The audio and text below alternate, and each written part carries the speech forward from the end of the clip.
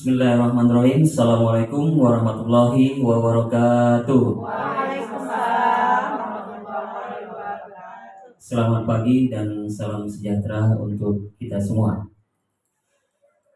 Terima kasih atas kehadiran Bapak Ibu guru hebat di ruangan Aula SDN 001 Batu Haji pada pagi hari ini, di mana pada pagi hari ini kita akan mendengarkan diseminasi modul 1.4 tentang budaya positif yang akan nantinya dibawakan oleh Bapak Winarko Sarjana Pendidikan dari CGP Angkatan 9. Untuk itu saya selaku pembawa acara yaitu Budiono Sarjana Pendidikan. Baiklah Bapak Ibu yang terhormat, saya ucapkan juga terima kasih atas kehadiran Bapak Kepala Sekolah SDN 001 Batu Haji yang sudah berhadir di hadapan kita, yang telah banyak memberikan kita dorongan untuk maju. Salah satunya adalah dengan mengikuti calon guru penggerak seperti Bapak Winarko lakukan dan saya lakukan pada hari ini. Baiklah, untuk mempersingkat waktu, sebelum Bapak Winarko menyampaikan diseminasi modul 1.4 tentang budaya positifnya, marilah sama-sama kita mendengarkan sepatah dua patah kata dari Bapak Kepala Sekolah SDN 001 Batu Haji. Kepada Bapak Yanwar Sarjana Pendidikan, kami persilahkan. Terima kasih Sir Budi, pembawa acara, yang telah memberi kesempatan kepada saya untuk menyampaikan beberapa hal mungkin sebagai motivasi. Baiklah, Bismillahirrahmanirrahim. Assalamualaikum warahmatullahi wabarakatuh. Waalaikumsalam warahmatullahi wabarakatuh. Selamat pagi, salam sejahtera buat kita semua. Puji syukur dari Allah Tuhan yang Maha Kuasa dan yang senantiasa melimpahkan rahmat dan karunia buat kita semua. Alhamdulillah pada pagi hari ini dalam keadaan sehat walafiat. Salawat serta salam senantiasa terlimpah curahkan buat Nabi besar Muhammad sallallahu alaihi wasallam. Allahumma shalli ala Muhammad wa ala alihi. Pak Winarko sebagai CGP Angkatan 9 yang saya banggakan, Bapak Ibu guru hebat yang luar biasa yang berkesempatan hadir pada kegiatan seminar diseminasi modul 1.4 tentang budaya positif yang sangat luar biasa, dan saya merasa bangga. Bapak Winarko adalah guru yang ketiga, berarti yang sudah Fatimah, Pak Budi dalam proses sudah sampai modul berapa Ustaz? Tinggal penyelesaian. Ya, ini diikuti oleh Pak Winarko untuk angkatan ke-9. Saya berharap dari rekan-rekan guru semua yang ada di SD Negeri 1 ini bersemangat untuk mengikuti kegiatan ini atau menjadi calon guru penggerak. Walaupun itu proses awalnya sangat luar biasa, namun setelah selesai nanti dampak dan nampaknya juga akan ibu rasakan sangat luar biasa. Kegiatan ini ya perlu kita dukung, perlu kita berkolaborasi kawan-kawan yang maju dalam proses penyelesaian calon guru penggerak. Ini perlu kita dorong, perlu kita bantu, salah satunya dengan hadir kita di acara apa bentuknya, seminar namanya, diseminasi ya. Diseminasi. Kalau bukan kita lagi siapa? Proses untuk menjadi di industri dunia pendidikan untuk lebih baik, yang hari ini kita tidak boleh berdiam diri, kita tidak boleh pasrah, kita tidak boleh merasa cukup, kita cukup udah. Usia tidak ada batas untuk kita maju, usia tidak menjadi halangan untuk kita berprestasi, usia tidak menjadi hambatan untuk kita berbuat. Jadi sama-sama kita, walaupun usia Pak Win mungkin masih muda, ya, yang usia yang memang masih kategori yang memenuhi syarat untuk ikut sebagai calon guru penggerak, silakan, ya, jangan minder. Ya. Kita berharap dari kegiatan diseminasi ini nanti dapat pengalaman positif, ya, untuk kita kembangkan kepada sekolah kita, terutama kepada anak didik kita, dari sesama guru. Yang berawal itu sesuatu dari kita yang akan mentransferkan yang baik itu kepada anak didik kita. Kita adalah digugu dan ditiru. Untuk menjadi seorang guru yang digugu dan ditiru hari ini dengan perkembangan zaman di era digital ini, kita tidak boleh lalai, kita tidak boleh lemah. Seperti yang saya katakan tadi, usia bukan menjadi suatu halangan, hambatan, dan rintangan. Tapi untuk maju, yuk.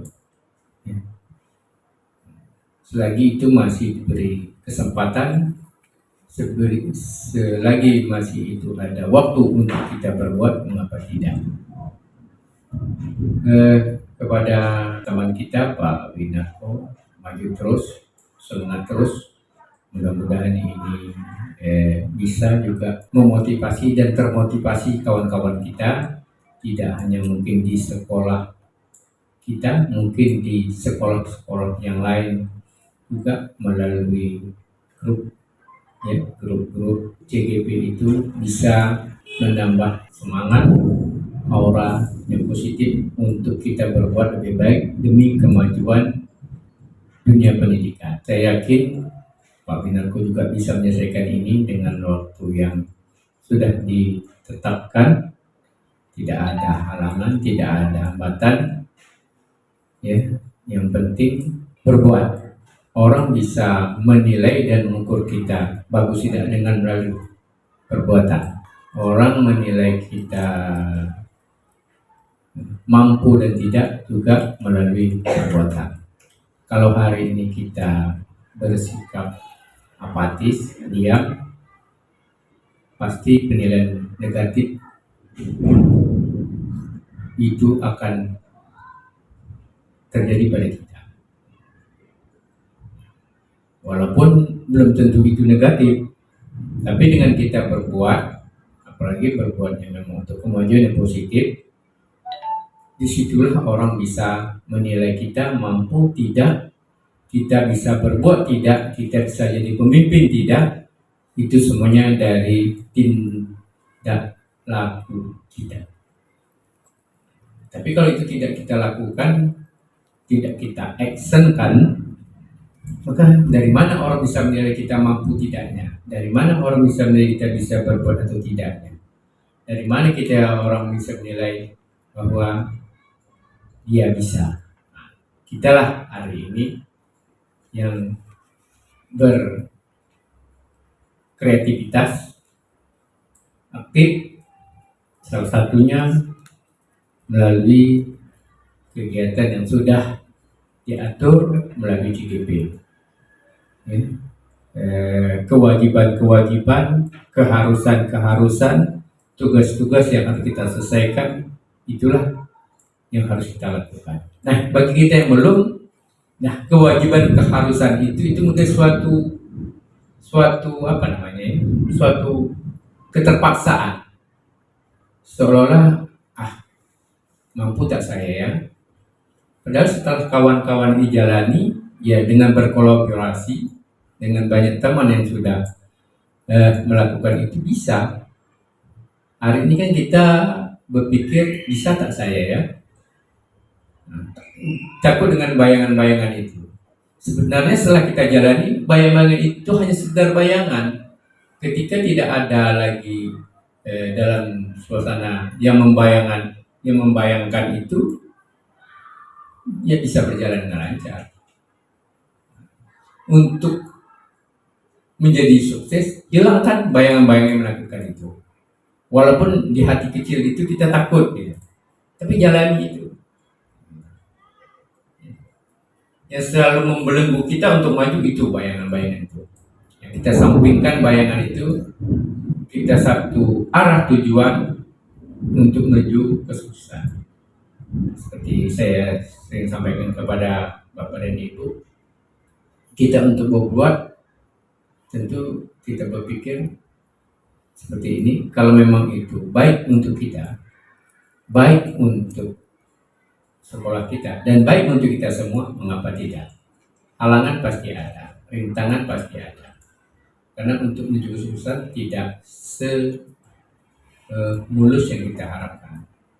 Karena untuk mendaki ke sampai puncak itu yang namanya mendaki pasti berat, kecuali menurun. Kalau menurun berarti kita udahlah, kata orang lain udah lemah semangat, nanti patah semangat, udah pasrah aja, cukuplah seperti ini. Jadilah seperti ini, syukurlah jadi pegawai negeri, cukuplah. Nah, itu berarti tidak mau mendaki. Tapi saya yakin karena kita adalah orang karir, pasti terbesit di dalam hati kecil, aku ingin seperti ini. Nah, untuk menjadikan ingin kita seperti ini, ada syarat-syarat yang harus kita lalui. Di syarat-syaratnya inilah melalui CGP untuk menuju ke puncak yang kita harapkan.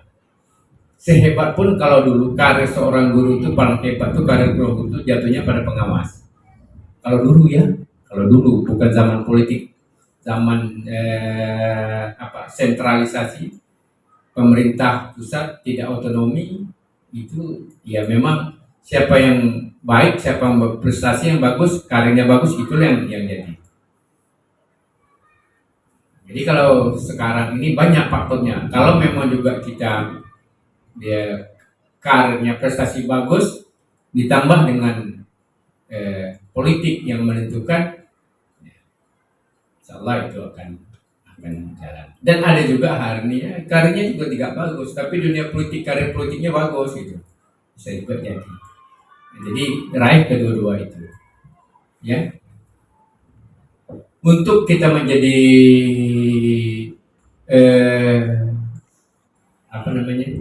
untuk kita karir kita naik, kita juga tidak harus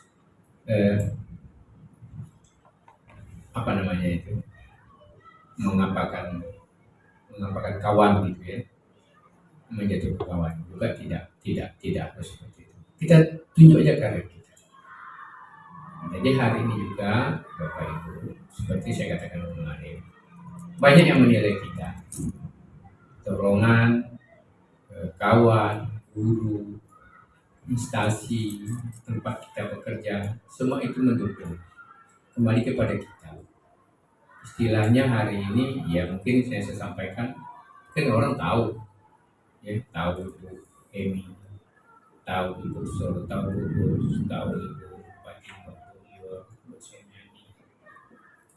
Ibu Pami, atau lagi Ibu Rosi, orang semua tahu. Tapi hari ini orang dikatakan mana orang-orang ini, mana orang-orang ini, ya. Dengan mana orang-orang kehadiran kita itu, oh ini yang namanya WM itu ya. Dan cerita itu akan bergema gitu. Oh mana yang namanya, katanya SD1 itu, oh ada Serbudi, mana Serbudinya gitu.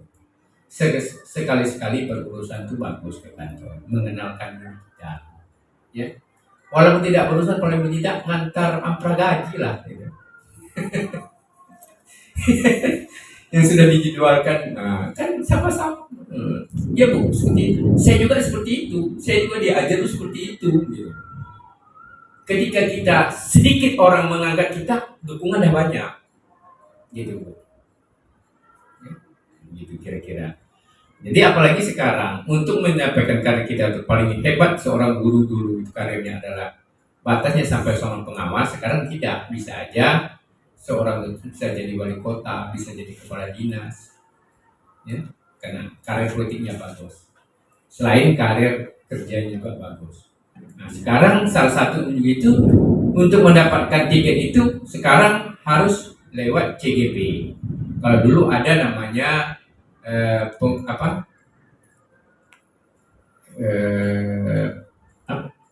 calon kepala sekolah itu cakep, ya sekarang tidak. Salah satunya ini CGP, ya, calon guru penggerak. Dari situlah sekarang apa yang masih usia muda dan masih layak nominasi, masih usianya masih bisa untuk ikut CGP, maka tidak. Walaupun itu tidak, kita punya sertifikat, kita punya apa. Paling tidak setelah itu nanti kalau memang masih bisa berkarir, masa kita jadi pendamping gitu ya. Jadi pendamping kan tidak harus jadi yang masih aktif pegawai negeri, ya kan? Apa namanya itu? Kalau dulu dari luar, dari petisi petisi praktis pendidikan bisa, tapi syaratnya ini CGP ya, seperti itu. Mungkin itu Pak Win, semoga sukses, lanjut terus. Saya berharap juga kawan-kawan yang masih memenuhi syarat usianya jangan minder, jangan lemah semangat, maju terus. Suatu saat ya gelar yang dapat pada kita adalah guru penggerak, itu akan menjadi motivasi dan menjadi semangat kita untuk berkarya. Mungkin itu yang dapat saya sampaikan. Terima kasih. Saya akhiri. Wassalamualaikum warahmatullahi wabarakatuh. Waalaikumsalam warahmatullahi wabarakatuh. Terima kasih kepada kepala sekolah atas motivasi yang telah diberikan dan semoga membangkitkan kawan-kawan kembali bahwasanya memang penting untuk mengikuti kegiatan ini. Baiklah Bapak Ibu sekalian, untuk mempersingkat waktu langsung saja kita saksikan desiminasi modul 1.4 budaya positif yang akan dibawakan oleh Bapak Winarko. Kepada Bapak Winarko kami persilakan.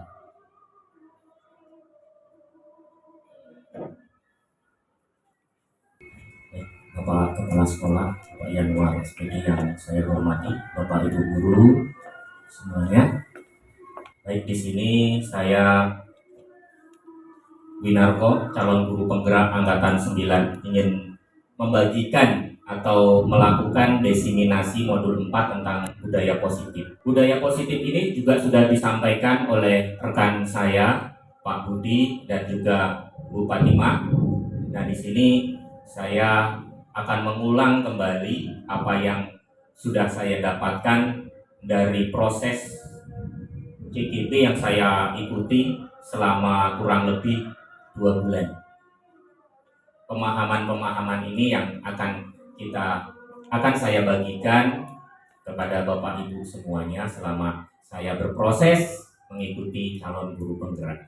Bapak Ibu semuanya, perlu kita ketahui bahwasannya tujuan pendidikan kita mengacu kepada Bapak pendidikan kita Ki Hajar Dewantara, ya, bahwasannya pendidikan itu adalah menuntun segala kodrat yang ada pada anak-anak agar mereka dapat mencapai keselamatan dan kebahagiaan yang setinggi-tingginya, baik sebagai manusia maupun sebagai anggota masyarakat.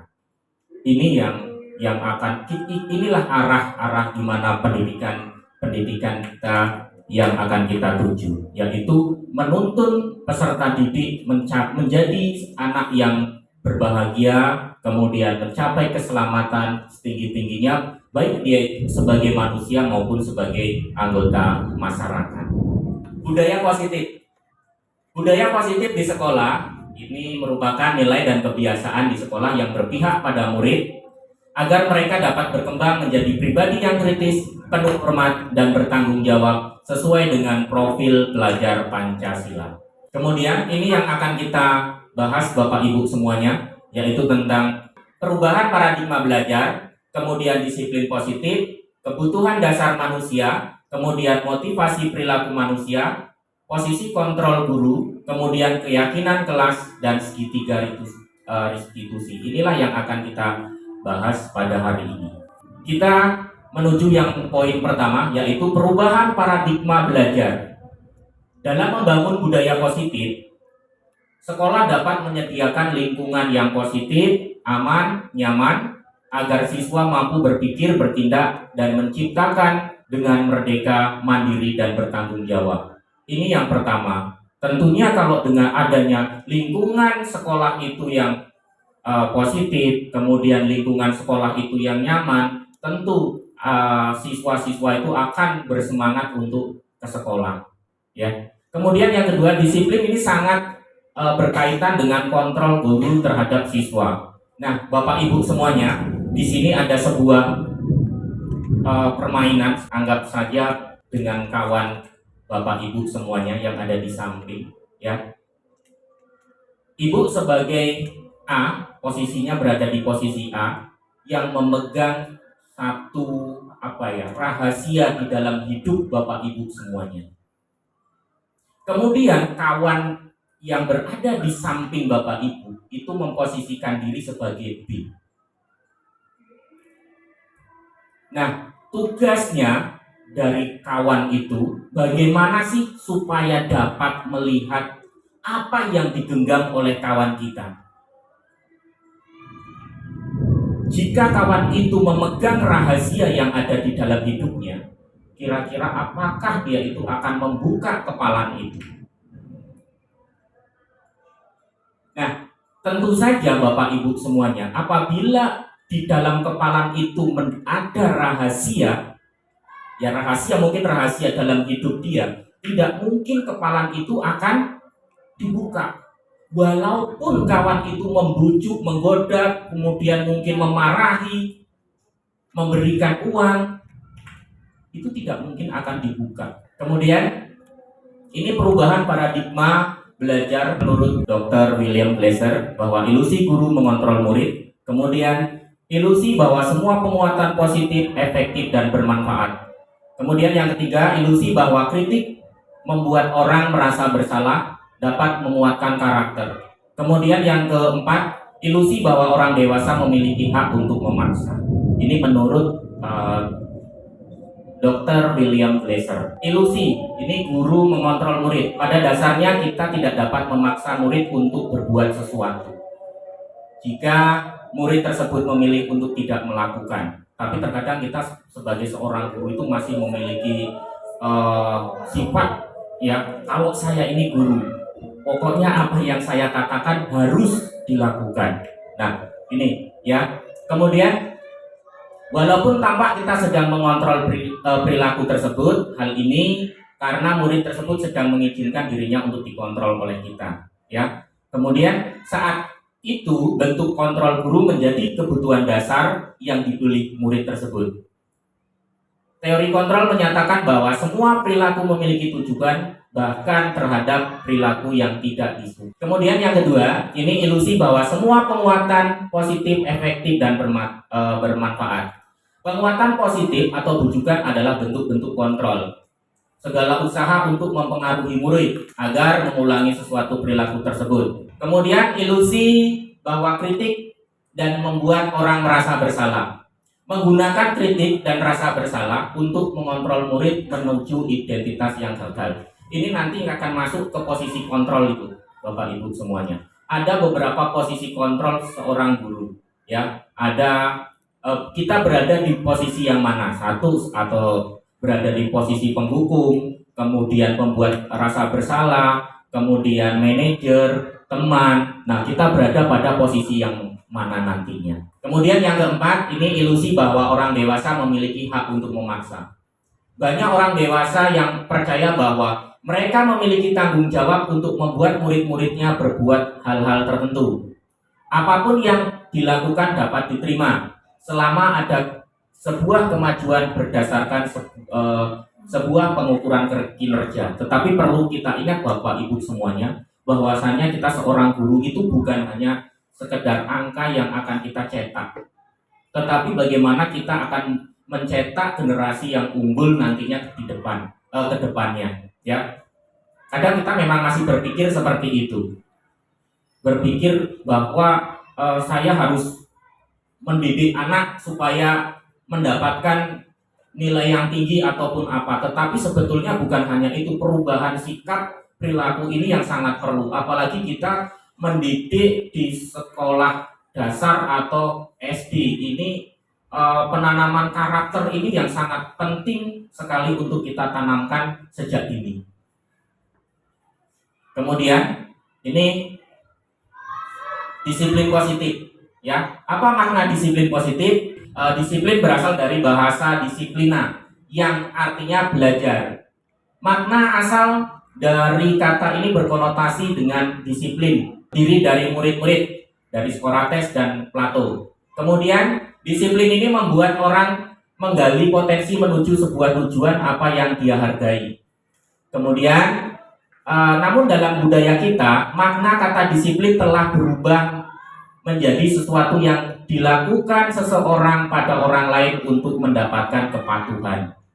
Nah, sebetulnya makna disiplin itu ya disiplin diri untuk menggali potensi menuju sebuah tujuan. Tetapi pada saat ini, budaya kita sekarang ini, disiplin ini dilakukan untuk mendapatkan sebuah kepatuhan, supaya dia itu patuh dengan peraturan yang sudah kita buat. Ya, ini disiplin.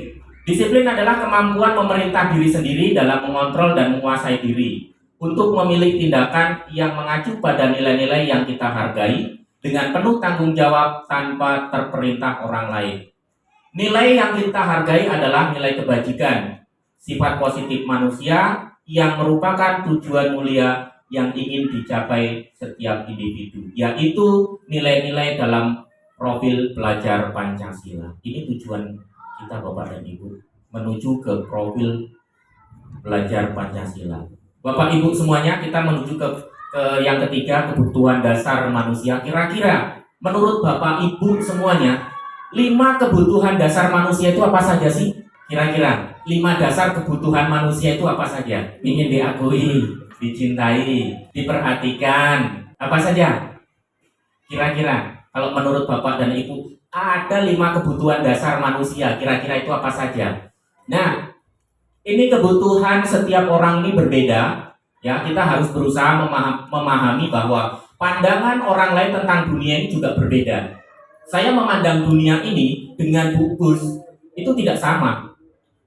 Bahkan ukuran kebahagiaan menurut saya dengan kebahagiaan menurut Bu Gus itu juga tidak sama. Ini adalah kita berbicara tentang kebahagiaan. Ya, kebahagiaan manusia itu berbeda-beda. Belum tentu kebahagiaan yang saya dambakan itu sama dengan kebahagiaan yang didambakan oleh Bu Gus. Ya, nih ini adalah kebutuhan manusia. Ini ada survival, kemudian cinta kasih, penguasaan, kebebasan, dan kesenangan. Nah, ini Bapak Ibu, yang pertama kita bertahan hidup, survival. Ini adalah kebutuhan fisiologi seperti rasa lapar dan lainnya. Kemudian serta psikologis, rasa aman. Kemudian kesenangan, kebutuhan untuk merasa senang, ini nanti akan kita bahas satu-satu. Cinta kasih dan kasih sayang, kebutuhan untuk diterima. Kemudian kebebasan, kebutuhan akan pilihan. Yang kelima, penguasaan, kebutuhan pengakuan atas kemampuan prestasi dan diakui oleh orang lain. Ini kebutuhan untuk bertahan hidup. Kebutuhan bertahan hidup merupakan kebutuhan yang bersifat fisiologis untuk bertahan hidup. Ya, kebutuhan bertahan hidup itu misalnya yang kebutuhan kesehatan, kemudian rumah, ya, kemudian makanan. Ini adalah kebutuhan hidup dalam segi fisiologis. Ya, sebagai contoh, kita lihat ada kasus di sekolah ketika anak yang selalu meminta bekal makanan pada temannya. Terkadang kita sebagai seorang guru langsung menghardik, kamu lagi, selalu bikin masalah. Seperti itu Bapak dan Ibu. Tetapi kalau ternyata setelah saya pelajari dengan teori segitiga restitusi, itu tidak seperti itu jalannya. Ya mungkin selama ini saya memang melakukan hal memang seperti itu. Kamu lagi, bosan Bapak dengan kamu. Ternyata saya termasuk sebagai seorang guru yang penghukum dan pembuat rasa bersalah. Diketahui ternyata anak tersebut melakukan karena lapar. Hal ini terjadi karena orang tuanya itu tidak memberikan bekal makan untuk anaknya. Kemudian dengan demikian kebutuhan dasar yang berusaha terpenuhi oleh anak ini disebut bertahan hidup. Nah, ini kasih sayang dan rasa diterima. Kebutuhan akan kasih sayang dan rasa diterima termasuk dalam kebutuhan psikologis. Pada umumnya anak-anak yang memiliki kebutuhan tinggi, dasar kasih sayang dan rasa diterima yang tinggi, ingin disukai, kemudian diterima oleh lingkungan dengan baik, mereka juga akrab dengan kedua orang tuanya, kemudian biasanya mereka akan semangat belajar, ya, karena suka kepada gurunya. Terus teman sebaya sangat penting bagi mereka. Mereka juga biasanya suka bekerja dalam kelompok. Ini adalah kasih sayang dan rasa ingin diterima.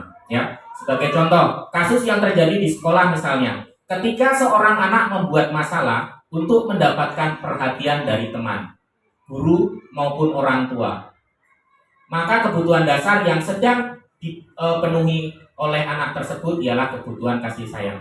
sebetulnya kadang mereka itu melakukan kesalahan, mereka itu melakukan pelanggaran, sebetulnya itu satu biasanya, kepingin diperhatikan. Tetapi kadang kita ya berpikir, sudah melihat anak itu terus yang melakukan hal yang seperti itu, ya, nah, kadang sudah muncul perasaan emosi terlebih dahulu, ya. Kemudian ini kebebasan, anak-anak dengan kebutuhan kebebasan, freedom, yang tinggi menginginkan pilihan. Mereka perlu banyak bergerak, menyukai hal-hal yang baru. Kemudian anak-anak ini merasa mampu mengekspresikan diri secara mandiri. Contoh kasusnya di sekolah, ia anak yang selalu diberikan bekal makanan dengan menu yang sama setiap hari oleh ibunya. Di sekolah dia membuat masalah dengan mengambil paksa bekal milik temannya.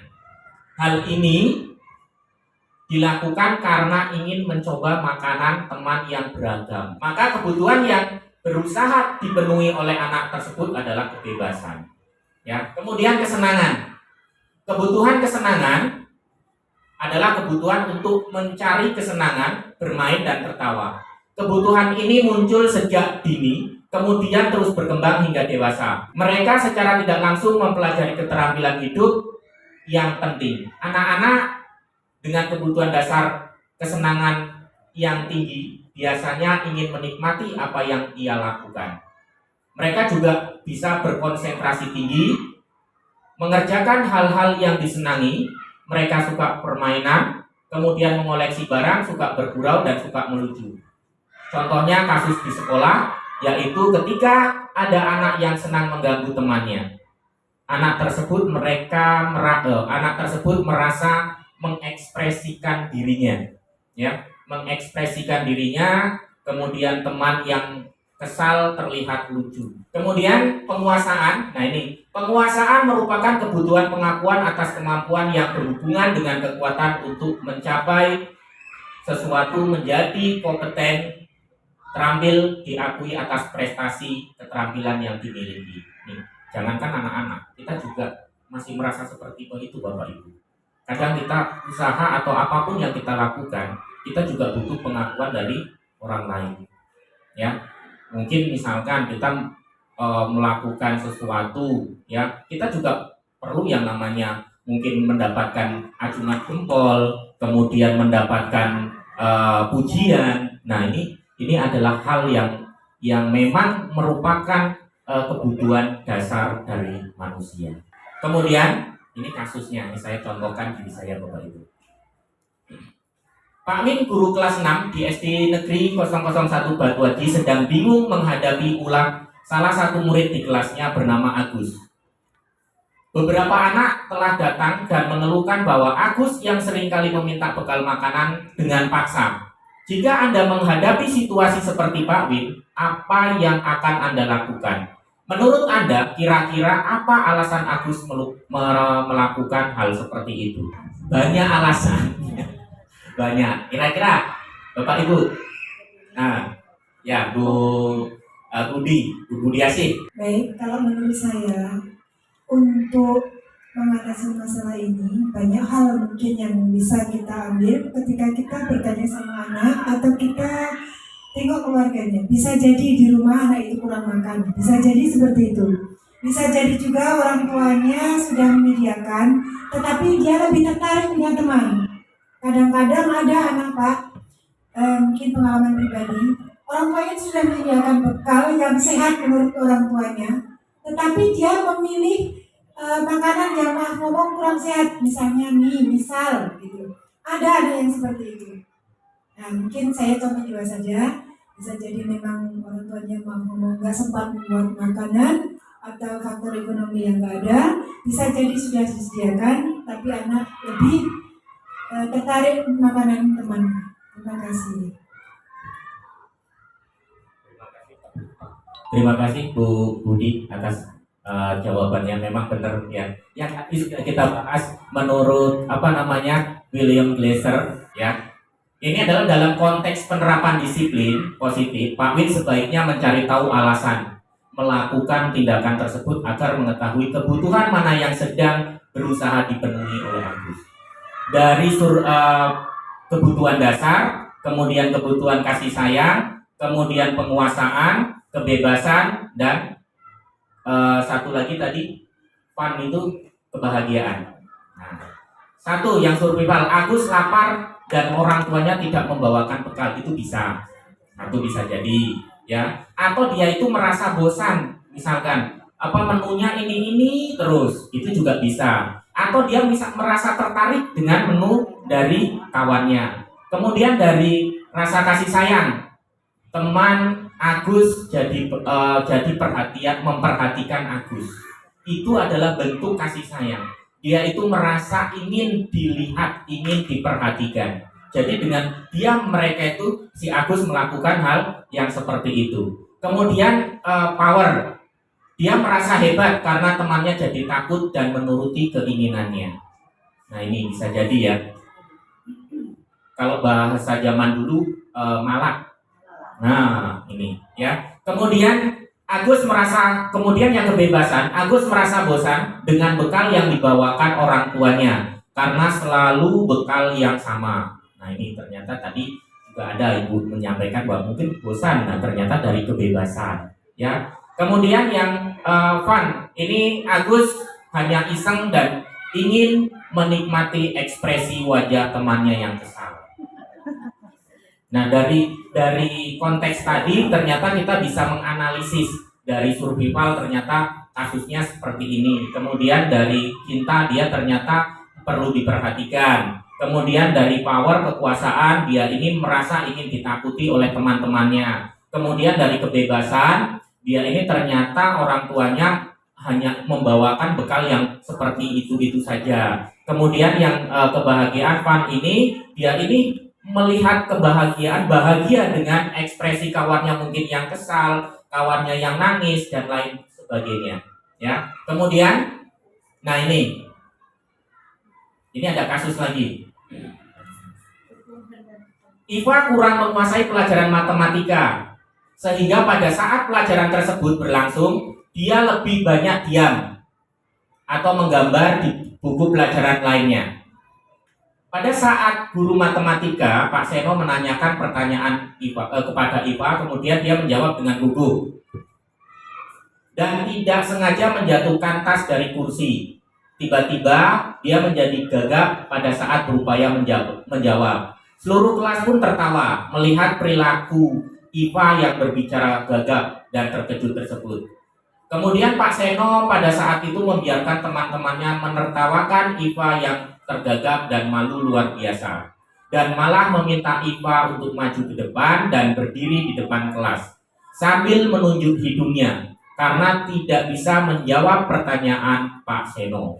Kelas semakin gaduh dan anak-anak pun tertawa melihat Iva di depan kelas memegang ujung Iva. Kemudian pertanyaannya, apakah Anda setuju dengan tindakan Pak Seno? Mengapa? Menurut Anda, tindakan Pak Seno terhadap Iva adalah sebuah hukuman atau konsekuensi. Setuju nggak dengan apa yang dilakukan oleh Pak Seno? Tidak setuju. Alasannya kira-kira kenapa? Bisa jadi cara ngajar Pak Seno nggak menarik bagi anak itu. Bisa jadi satu, cara mengajar Pak Seno tidak menarik. Ya, jadi anak itu kan tidak bisa menguasai. Iya, benar. Terus? Yang kedua, cara menghukum Pak Seno kurang mendidik. Cara menghukum Pak Seno kurang mendidik karena di situ kita melihat, nanti kita akan masuk Bapak Ibu tentang penghukum, pembuat rasa bersalah, teman, manajer. Nah nanti kita akan masuk ke situ, ya. Nah ini tindakan-tindakan yang dilakukan oleh Pak Seno, ya. Nah apakah Anda setuju dengan tindakan Pak Seno? Mungkin dari tadi tidak setuju. Nah, tidak setuju. Karena apa? Karena di sini Pak Seno yang telah membuat Iva malu di kelasnya gara-gara tidak menjawab pertanyaan dapat menjadikan kenangan negatif pada Iva. Setiap murid memiliki potensi masing-masing, seperti Iva yang malah menggambar di buku pelajarannya. Mungkin Iva ini adalah murid yang memiliki bakat dan minat di bidang seni. Nah, memang kalau kita lihat, dia tidak suka dengan matematika. Tetapi, sama halnya Bapak Ibu, saya kalau suruh berbicara seperti ini, sebetulnya tidak bisa. Nah, ini adalah jawabannya tadi. Ya, kita tidak setuju karena di sini Pak Seno langsung membuat malu si IPA ya, dan kata-kata itu mungkin bisa terekam sampai kapanpun oleh muridnya. Menurut Anda, tindakan Pak Seno terhadap IPA adalah sebuah hukuman atau konsekuensi? Jawabannya menurut saya tindakan Pak Seno terhadap IPA dalam ilustrasi di atas adalah hukuman. Karena sebelum pembelajaran berlangsung belum diadakan kesepakatan kelas terlebih dahulu. Nah ini Bapak Ibu, pentingnya kesepakatan kelas yang harus kita buat ya. Ini hukuman dan sanksi konsekuensi. Hukuman ini sesuatu yang menyakitkan. Kemudian kalau konsekuensi ini adalah sesuatu harus terjadi. Restitusi ini adalah merupakan sebuah pilihan. Nah ini yang harus kita ketahui Bapak Ibu, bahwa yang namanya hukuman itu merupakan identitas gagal yang selama ini mungkin banyak sekali kita lakukan. Kemudian yang identitas sukses ini adalah konsekuensi dan restitusi. Motivasi perilaku manusia. Teori motivasi perilaku manusia ini motivasi eksternal ya, untuk menghindari ketidaknyamanan hukuman apa yang akan dilakukan apabila saya tidak melakukannya. Kemudian untuk mendapatkan imbalan dari orang lain. Nah ini biasanya kita seperti ini ya. Satu, saya akan melakukan supaya saya ini terhindar dari yang namanya hukuman. Yang kedua, saya itu melakukan ini karena supaya dapat imbalan. Ini motivasi dari eksternal, dari luar. Kemudian motivasi internal dari dalam, yaitu untuk menghargai diri kita sendiri, bahwa kita itu bisa, bahwa kita itu mampu, dan bahwa kita itu bisa melakukan apa yang dilakukan oleh orang lain. Nah ini motivasi perilaku manusia. Motivasi eksternal biasanya dia melakukan hal-hal misalkan ya karena ketidaknyamanan, karena hukuman. Kemudian motivasi eksternal ini supaya dia mendapatkan imbalan. Contohlah ketidaknyamanan seperti di kelas. Nanti kalau misalkan terlambat di WC, akhirnya apa? Anak-anak pasti datang cepat. Kemudian, nah siapa yang datang pagi nanti akan mendapatkan hadiah.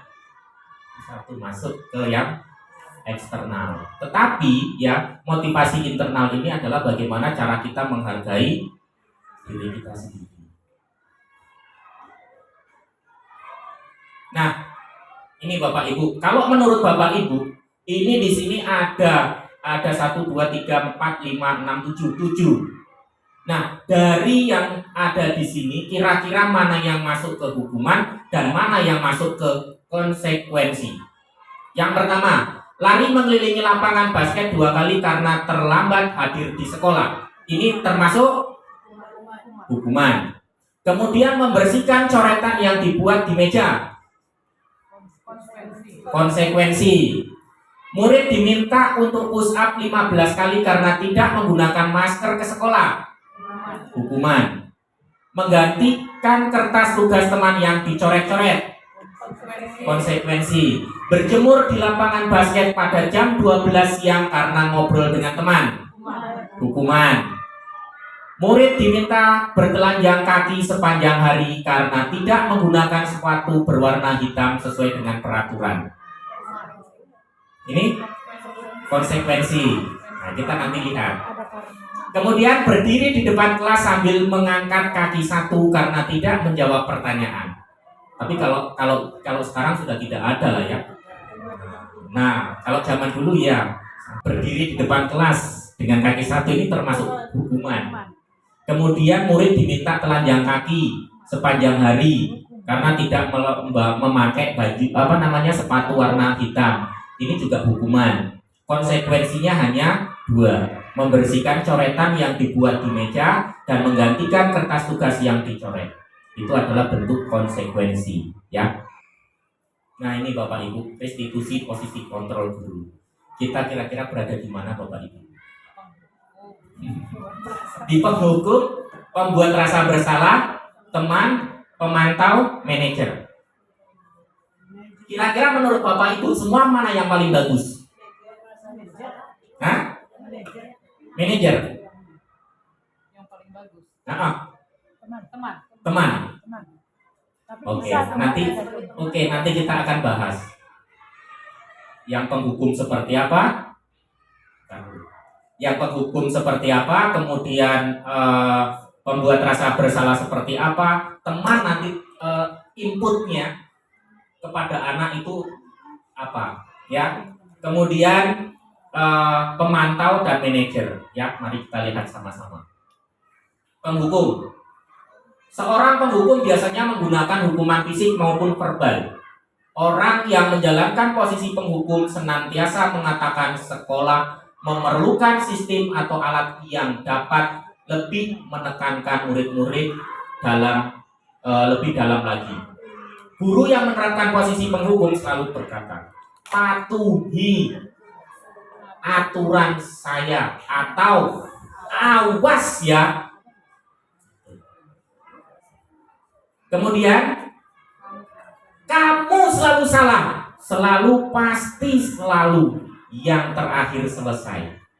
Ketika kita ulangan, ini ya, nulis. Kamu lagi terakhir yang selesai nulis. Guru seperti ini senantiasa percaya bahwa hanya ada satu cara pembelajaran yang bisa berhasil, yaitu kita menjadi seorang penghukum, yaitu dengan cara saya kok. Kemudian membuat rasa bersalah. Pada posisi ini guru akan bersuara lebih lembut. Kemudian pembuat rasa bersalah akan menggunakan keheningan yang membuat orang lain merasa tidak nyaman, bersalah atau rendah diri.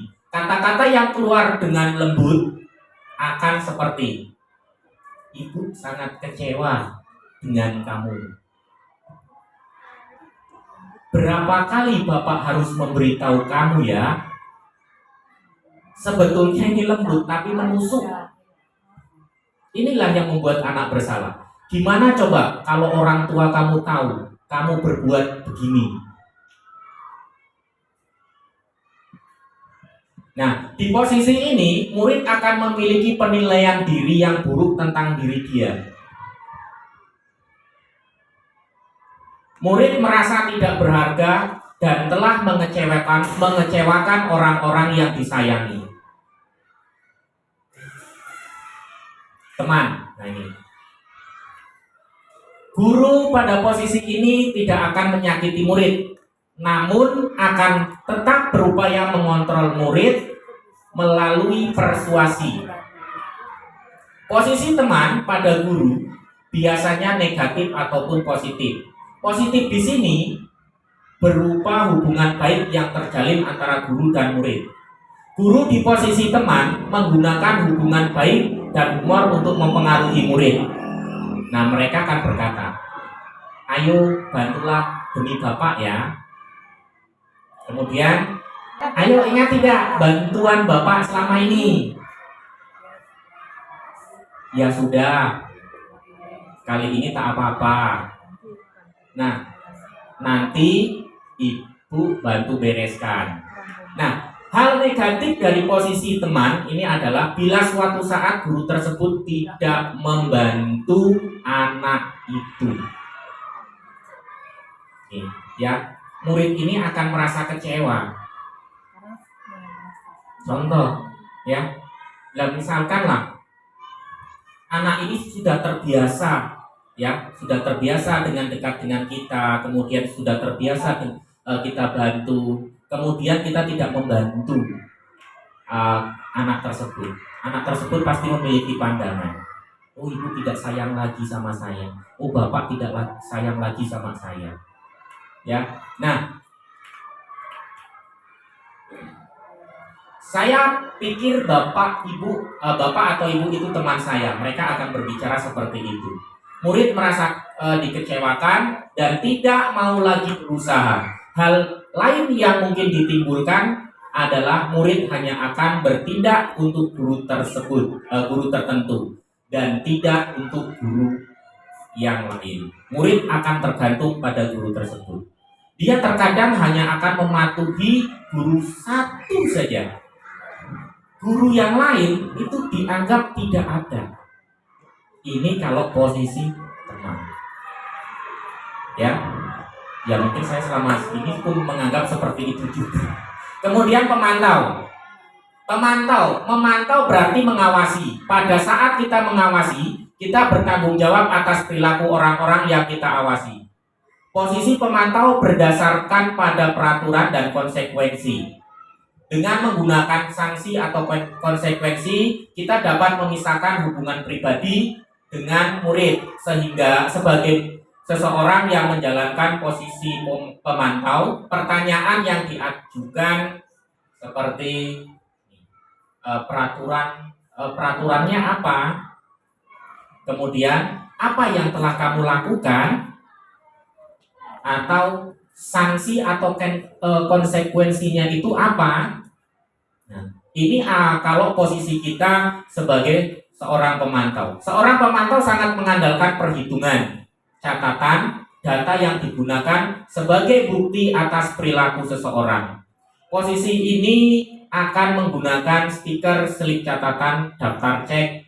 Posisi pemantau sendiri berawal dari teori stimulus respon yang menunjukkan tanggung jawab guru dalam mengontrol murid. Posisi terakhir yaitu manajer adalah posisi di mana guru tersebut berbuat sesuatu bersama dengan murid, mempersilahkan murid mempertanggungjawabkan perilakunya, mendukung murid agar dapat menemukan solusi atas permasalahan sendiri.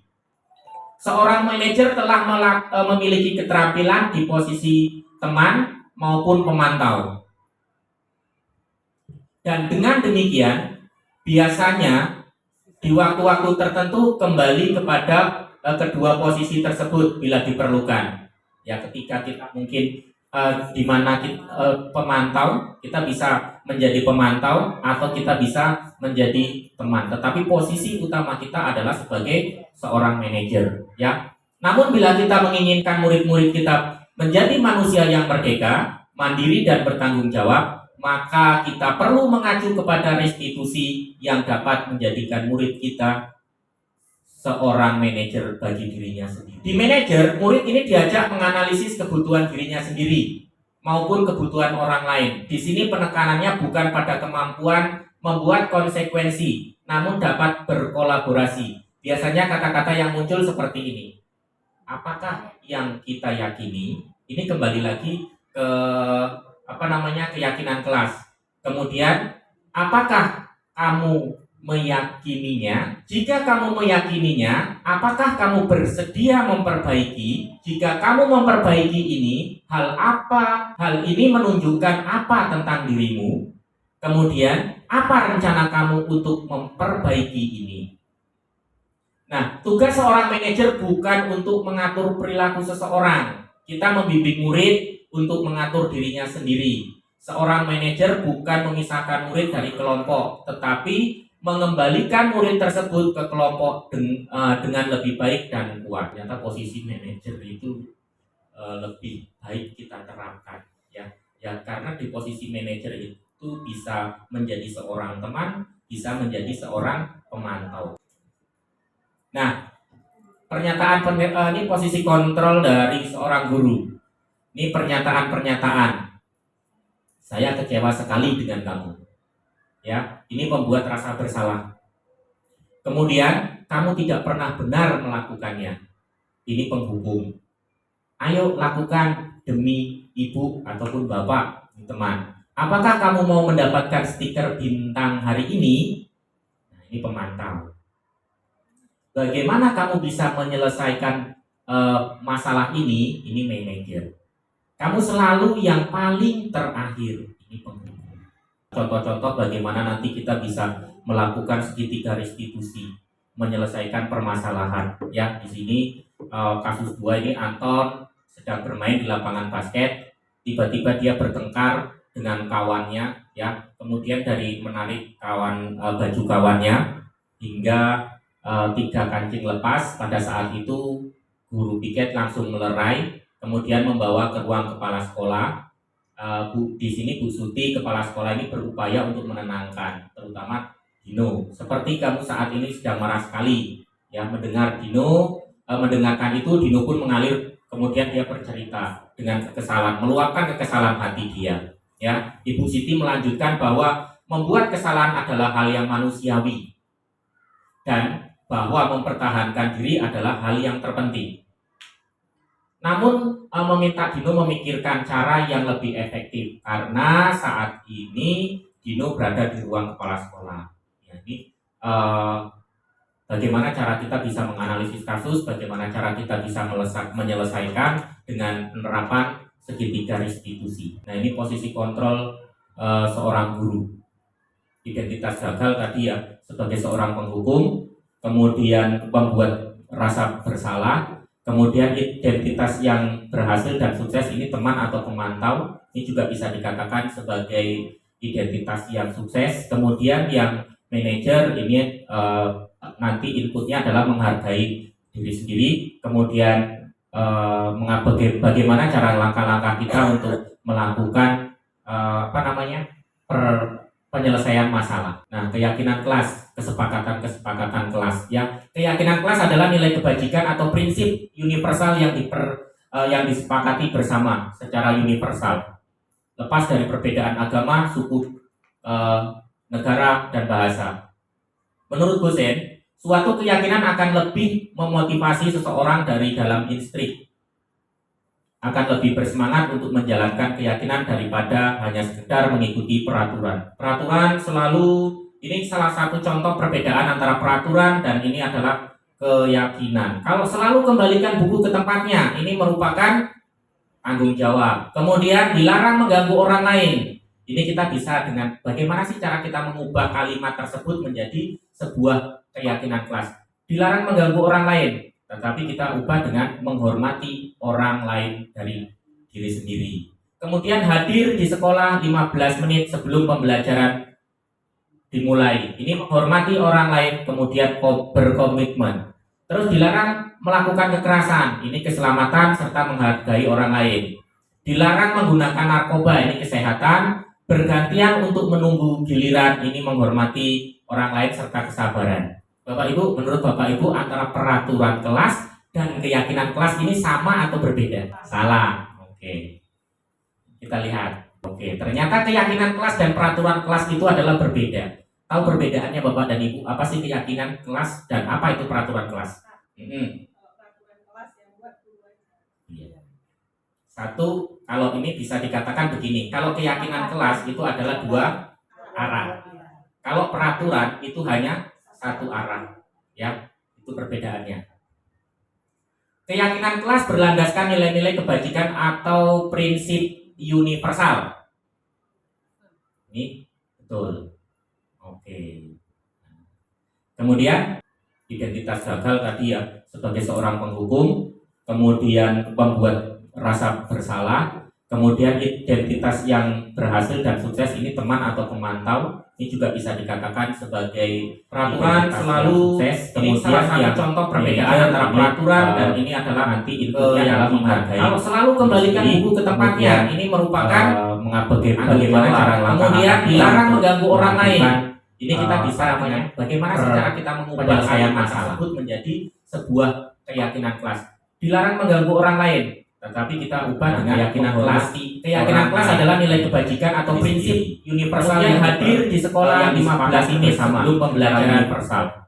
Dimulai perbedaan hormati orang lain, kemudian berkomitmen dan bahasa. Terus dilarang melakukan kekerasan. Ini keselamatan akan menghargai orang lain. Motivasi seseorang dilarang menggunakan narkoba. Ini kesehatan agar lebih bersemangat untuk menjalankan giliran dengan menghormati hanya orang lain mengikuti peraturan. Bapak Ibu, menurut Bapak dan Ibu, kira-kira keyakinan kelas dan peraturan kelas ini adalah hal yang sama menurut Bapak Ibu antara peraturan kelas dan keyakinan kelas ini sama atau berbeda? Salah? Salah. Oke. Kita lihat. Oke, ternyata keyakinan kelas dan peraturan kelas itu adalah berbeda. Tahu perbedaannya Bapak dan Ibu? Apa sih keyakinan kelas dan apa itu peraturan kelas? Kalau keyakinan kelas antara murid dan guru bersepakat. Mm-hmm. Kalau peraturan kelas yang buat guru aja. Iya. Satu, kalau ini bisa dikatakan begini, kalau keyakinan kelas itu adalah dua arah. Kalau peraturan itu hanya satu arah, ya, itu perbedaannya. Keyakinan kelas berlandaskan nilai-nilai kebajikan atau prinsip universal. Ini betul. Oke. Apa nilai kebajikan atau keyakinan yang ingin diangkat dari peraturan-peraturan berikut? Yang pertama, ini menurut Bapak Ibu, menggunakan helm saat mengendarai motor. Ini apa? Keselamatan. Kemudian membuang sampah pada tempatnya. Kebersihan. Mungkin. Dilarang menggunakan kata-kata kasar. Sopan santun, menghargai. Oke, coba. Menggunakan helm saat mengendarai motor. Membuang sampah pada tempatnya. Dilarang menggunakan kata-kata kasar. Terus. Nah ini langkah-langkah. Bapak Ibu bisa mengurutkan langkah-langkah ini. Kira-kira menurut Bapak Ibu langkah pertama yang harus Bapak Ibu lakukan untuk menetapkan keyakinan kelas itu mana dulu? Mana dulu? Berdiskusi mengenai gambaran perilaku yang mencerminkan keyakinan kelas, mengubah peraturan menjadi kalimat positif, meninjau ulang, kemudian berdiskusi memunculkan peraturan, berdiskusi mengenai peran seluruh warga sekolah, warga kelas, menyarikan peraturan-peraturan menjadi nilai kebajikan. Kira-kira urutannya seperti apa?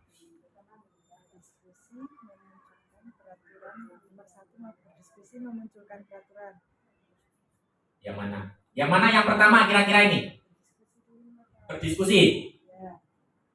Oke, kita coba. Yang pertama, kita itu berdiskusi memunculkan peraturan. Kemudian, setelah itu kita mengubah peraturan menjadi kalimat yang positif seperti tadi. Ya. Kemudian yang ketiga, menyarikan peraturan menjadi nilai-nilai kebajikan. Yang keempat, berdiskusi. Yang keenam, meninjau ulang keyakinan kelas. Nah ini budaya positif Bapak dan Ibu. Ini video yang sudah saya lakukan Bapak Ibu. Nah ini segitiga restitusi Bapak dan Ibu.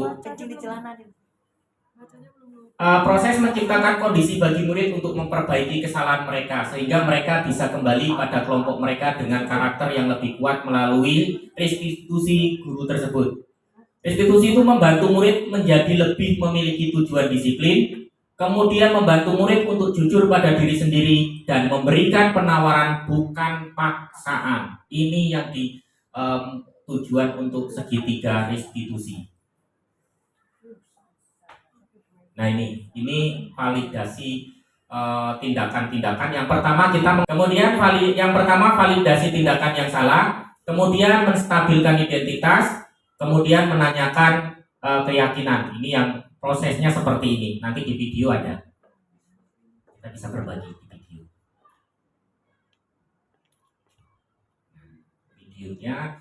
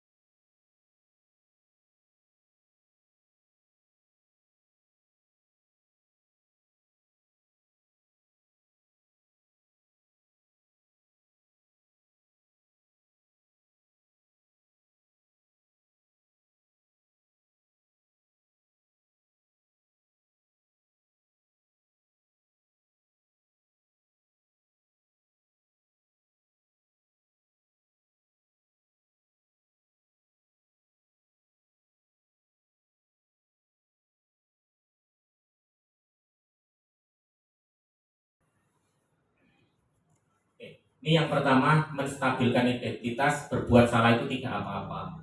Itu kita ketika kita menstabilkan identitas, tidak ada manusia yang tidak sempurna. Ini bisa kita jadikan kepada anak-anak. Kemudian saya juga pernah melakukan kesalahan tersebut. Kita bisa menyelesaikan ini. Bapak, ibu tidak tertarik mencari siapa yang salah, tetapi bapak ingin mencari solusi untuk permasalahan ini. Kemudian kamu berhak merasa begitu. Kemudian yang kedua, ini adalah validasi tindakan. Kamu pasti punya alasan mengapa kamu melakukan itu. Kemudian kamu patut bangga pada dirimu sendiri karena kamu telah melindungi sesuatu yang penting buat kamu. Nah, ini namanya validasi tindakan yang salah. Kemudian menanyakan keyakinan kelas. Nah, tetapi kita harus punya dulu keyakinan kelas.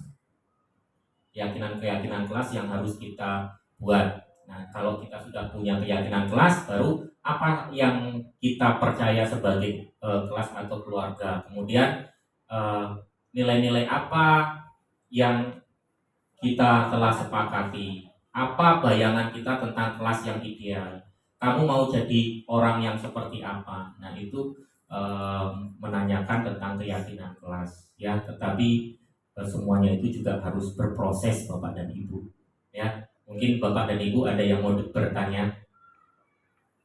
Yang bisa saya sampaikan, akhir kata dari saya, mohon maaf apabila banyak kekurangan. Saya kembalikan kepada moderator. Baik, terima kasih atas pemaparan hebat, desiminasi hebat dari Bapak Winarko. Yuk sama-sama kita beri tepuk tangan yang meriah dulu dong untuk CGP Angkatan 9 Bapak Winarko. Tapi sebelum kita menutup sesi desiminasi ini, alangkah baiknya kita minta penguatan kembali dari pimpinan kita, Bapak Kepala Sekolah kita, Bapak Yanwar Sarjana Pendidikan. Kepada Bapak kami minta penguatannya. Terima kasih, Sir. Luar biasa. Tepuk tangan dulu lah untuk Pak Win. Dari apa yang dipaparkan Pak Win tadi sangat luar biasa untuk kita mengintrospeksi diri, ya, apa yang telah kita lakukan selama ini dalam penyelesaian permasalahan yang kita hadapi terhadap tindak dan laku anak-anak kita. Tentu hari ini sepintas saya sudah dapat pembelajaran sangat luar biasa. Tentu juga tidak saya, bagi Bapak Ibu. Maka itu sangat penting rupanya kita ikut CGP supaya bertambah wawasan dan ilmu dalam kita menyelesaikan suatu permasalahan. Dari 5 macam sistem kontrol tadi, salah satu yang sebagai manajer itu yang sangat luar biasa. Dan itu tidak berlaku hanya untuk murid. Bagi saya itu perilaku yang harus saya lakukan terhadap Bapak Ibu guru juga, gitu ya kan. Jadi kehadiran saya sangat luar biasa. Tentu selama ini Bapak Ibu bisa menilai saya dah benar betul sebagai manajer atau sebagai penghukum, gitu kan, atau sebagai teman, gitu ya. Jadi sangat luar biasa.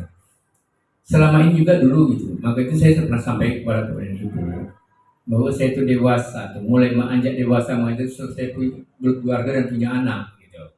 Jadi misalnya permasalahan itu terhadap anak itu memang yang langkah-langkah tadi. Ada berapa? Ada 5 tadi ya. Ada berapa? 5 tadi langkah-langkahnya. Nah, 5 langkah-langkah itu yang harus kita. Selama ini kita hanya menjas saja, memberi hukuman ketika anak kita tidak bertanya apa permasalahan. Karena itu salah satu dia melakukan itu karena ada alasan. Hari ini kan tidak pernah memberi hak jawab untuk anak itu ketika anak itu melakukan sesuatu yang menurut kita salah.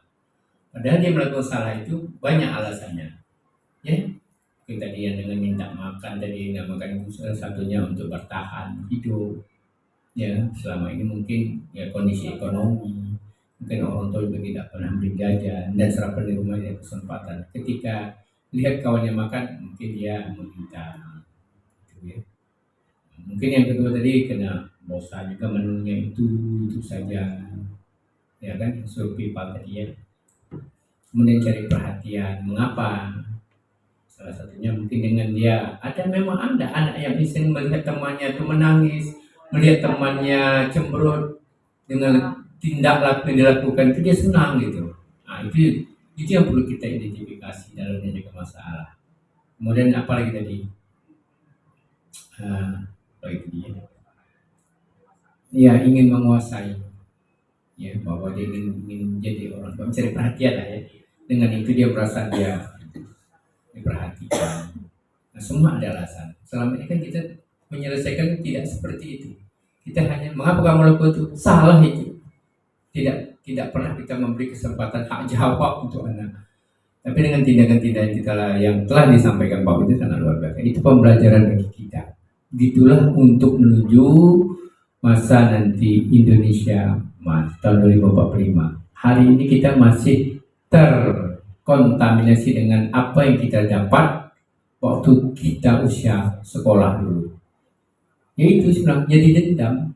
Jadi seperti yang disampaikan oleh Bupati Mane, penghambat itu kan kita merendah, tapi bagaimana kita menyampaikan atau ngalam betul-betul anak itu memang betul-betul kita melayani gitu. Sehingga ada saat nanti di masa di tahun 2045 100 tahun Indonesia merdeka itu anak kita seperti itu mengalami lembut. Sekarang masih sama konsep militer hari ini karena dididik dengan memang cara seperti itu. Karena di militer itu prinsip pendidikan harus yang tidak disiplin harus disiplinkan gitu. Ya kan?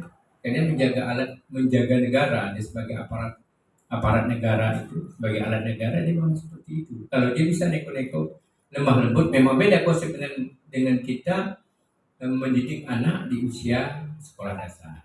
Kalau di militer jelas seperti itu.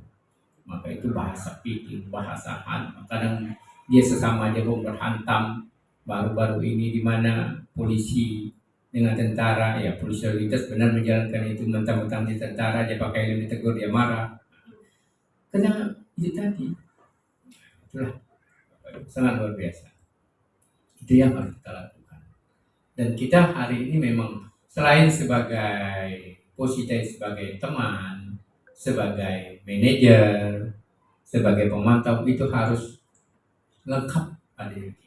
Di posisi mana kita sebagai teman, di posisi mana kita sebagai pemantau, di posisi mana kita sebagai manajer. Nah, begitu juga saya Bapak Ibu. Maka itu ya Bapak Ibu beri masukan pada saya, ya kan, beri teguran juga pada saya, beri hari kan hak jawab untuk Bapak dan Ibu kan jarang Bapak Ibu berikan kepada saya. Ya, ketika agak naik tensi itu tentu ada masalah karena Bapak Ibu menerima aja padahal menerima diam itu juga bertolak dengan hati dan batin kita. Tapi kadang ada satu prinsip yaitu tadi di pimpinan saya ada rasa takut apa takutkan. Maka itu Bapak Ibu dalam hal ini ini salah satu hal yang sangat luar biasa yang juga kontrol pada diri saya. Jadi ya, kalau kami hari ini kan posisi saya kan memang sebagai manajer hari ini, ya kan, satu sebagai manajer. Kalau manajer tak benar, ya. Kalau semua dibenarkan ya juga tak kenal juga sekolah ini kan. Yang enak tuh memang kita hari ketiga-tiga itu kita berkolaborasi. Ada teman, ada pemantau, ada manajer sana. Mungkin itu yang dapat saya sampaikan. Semoga sukses keberlanjutan CGP di sekolah kita. Semoga termotivasi. Juga Pak Win, Pak Budi, Ibu Fatimah sudah menjana status itu. Ya kembangkan lagi Bu. Ya, jangan ada dapat status CGP guru dapat GP guru penggerak. Iya.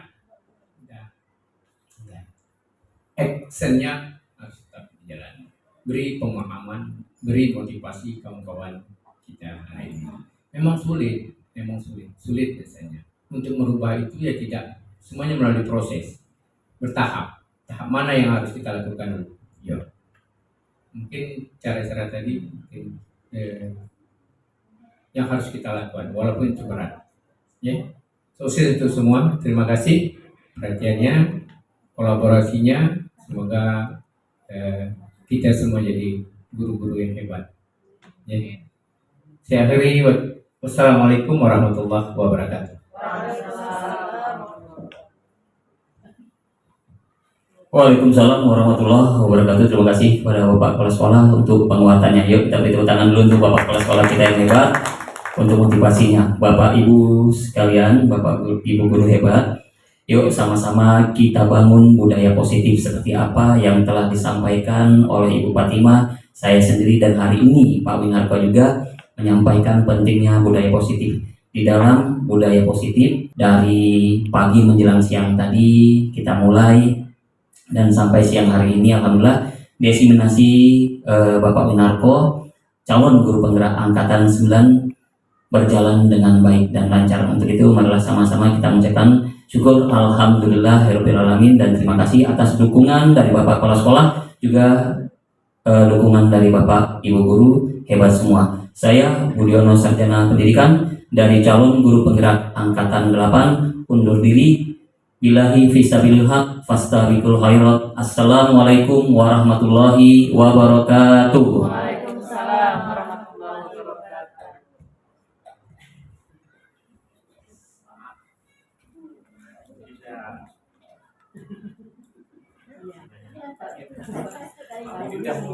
Baik, selamat pagi anak-anak Bapak semuanya. Gimana kabarnya hari ini? Sehat semua? Kesehatan itulah yang perlu kita syukuri ya, karena kita dengan diberikan kesehatan kita bisa melakukan berbagai macam aktivitas. Nah, sesuai dengan apa yang sudah menjadi kesepakatan kita kemarin, bahwasanya kita akan membuat kesepakatan kelas.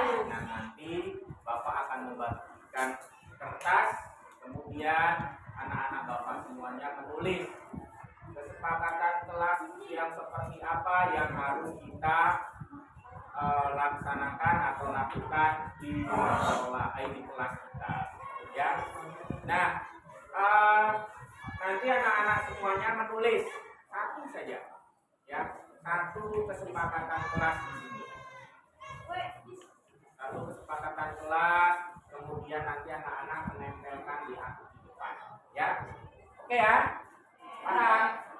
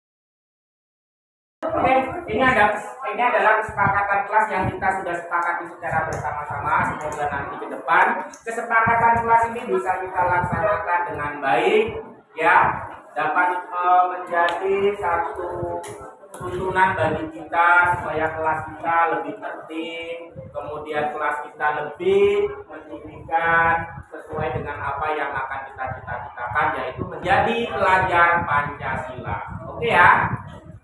Baik, terima kasih sekali lagi Bapak ucapkan terima kasih. Demikian